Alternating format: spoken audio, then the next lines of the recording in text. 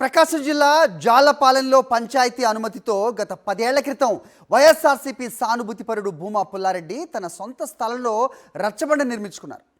కూటమి ప్రభుత్వం అధికారంలోకి వచ్చాక రచ్చబండ అడ్డుగా ఉందంటూ ఆ గ్రామ టీడీపీ నేతలు మంత్రి వీరాంజనేయ స్వామికి ఫిర్యాదు చేశారు.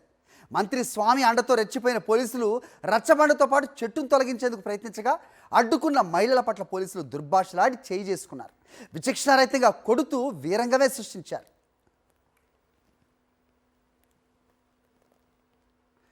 మహిళలపై పోలీసుల దాడిని మాజీ మంత్రి ఆదిమూలపు సురేష్ ఖండించారు.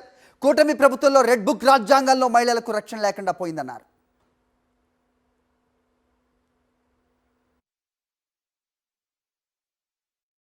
మేము అరుగు కట్టుకున్నాం మా సొంత దాంట్లో కట్టినాం 5-6 సంవత్సరాల క్రితం 10 సంవత్సరాల క్రితంలో కట్టుకున్నాము. అప్పటి నుంచి ఇప్పుడు దాకా మేము ఆడే కూర్చుంటున్నాం. మా సొంత చోటు మాకు ఉంది, వాళ్ళకు ఉంది, మాకు ఉంది. అసలు ఎందుకు వచ్చింది, అసలు ఎందుకు మమ్మల్ని ఈడ్చారు, నన్ను ఈడ్చారు, నాకు అసలు రెక్క పట్టుకొని ఈడ్చినారు. అసలు ఎందుకు సిఐ ఎస్ఐలు వీళ్ళంతా జరుగుమల్లి ఎస్ఐ వీళ్ళంతా మరిపూటి ఎస్ఐ వీళ్ళంతా మమ్మల్ని ఈడ్చి కొట్టినారు.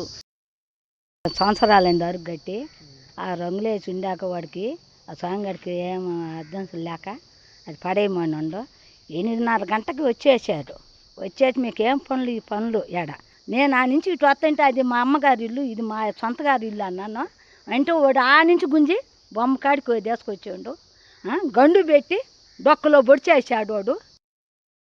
ఒక కుట్రతోటి ఒక కుతంత్రంతో పోలీస్ వారు అండ వాళ్ళకి కల్పిస్తే జేసీబీని తీసుకొచ్చి చూడండి ఏ విధంగా అయితే నామరూపాలు లేకుండా రచ్చబండను పూర్తిగా ధ్వంసం చేసి అడ్డగించినటువంటి మహిళల మీద సభ్య సమాజం తలదించుకునే విధంగా పరుష పదజాలంతో చెప్పలేని విధంగా వర్ణాతీతంగా వాళ్ళ ఆడినటువంటి దుర్భాషలు. మంత్రి గారు ఈ యొక్క నియోజకవర్గాన్ని మరి ఈరోజు ప్రాతినిధ్యం వహిస్తున్నటువంటి సాంఘిక సంక్షేమ శాఖ మంత్రి బాలా వీరాంజనేయ స్వామి దీనికి పూర్తిగా 100% బాధ్యత వహించాలి.